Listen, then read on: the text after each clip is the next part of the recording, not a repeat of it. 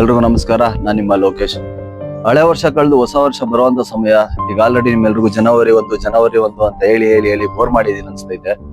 ಈಗ ವರ್ಷದ ಕೊನೆ ದಿನದಲ್ಲಿ ಇದ್ದೀವಿ. ಇವತ್ತು ಕಳೆದು ನಾಳೆ ಆಯ್ತು ಅಂದ್ರೆ ಹೊಸ ವರ್ಷ ಜನವರಿ 1.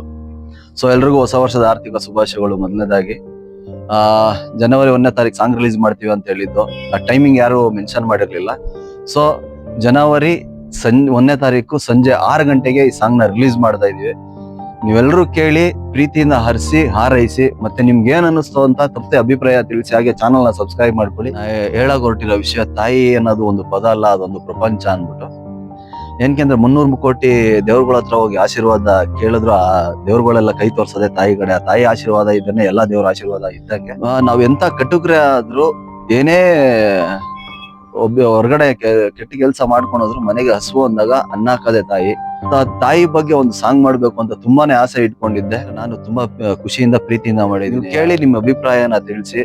ನಿಮ್ಮ ಅಭಿಪ್ರಾಯಕ್ಕೋಸ್ಕರ ಕಾಯ್ತಾ ಇರ್ತೀನಿ. ನೆನಪಿರ್ಲಿ, ಜನವರಿ 1ನೇ ತಾರೀಕು ಸಂಜೆ 6 ಗಂಟೆಗೆ, ಅಂದ್ರೆ ನಾಳೆ ಸಂಜೆ 6 ಗಂಟೆಗೆ ಈ ಸಾಂಗ್ ಬಿಡುಗಡೆ ಆಗ್ತಿದೆ.